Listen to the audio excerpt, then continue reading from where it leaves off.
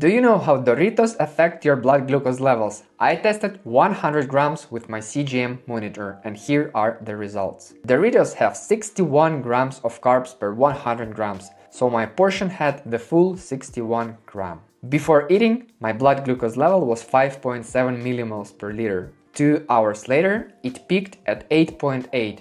That's a rise of 3.1 millimole or 54% increase from the starting level. The spike lasted for 4 hours. That's a strong and long-lasting spike. Doctors recommend keeping post-meal glucose under 7.9 millimoles or 30% from the base level. Doritos went over both. Chips like Doritos are high in carbs and fat, which slows digestion but still causes a big sugar rise later. If you really want them, stick to a smaller amount and pair them with protein or fiber like chicken breast or raw veggies. Want more food tests like this? Hit follow and drop down a comment.